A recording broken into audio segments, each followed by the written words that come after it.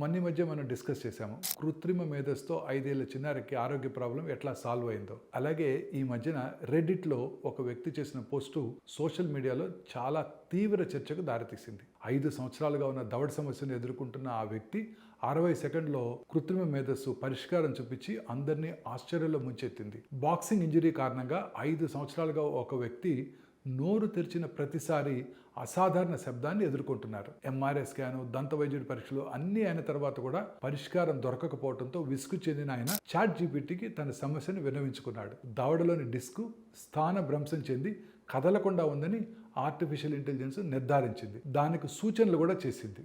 మరి భవిష్యత్తులో వైద్యులు, ఉపాధ్యాయుల స్థానాన్ని కూడా ఆర్టిఫిషియల్ భర్తీ చేస్తుందా? చూస్తుంటే పరిస్థితులు అలాగే ఉన్నాయి. మైక్రోసాఫ్ట్ సహ వ్యవస్థాపకుడు మిస్టర్ బిల్ గేట్స్ రాబోయే దశాబ్దంలో వైద్యులు, ఉపాధ్యాయులు మరియు ఇతర నిపుణుల స్థానాన్ని ఆర్టిఫిషియల్ ఇంటెలిజెన్స్ భర్తీ చేస్తుందని జోస్యం కూడా చెప్పారు.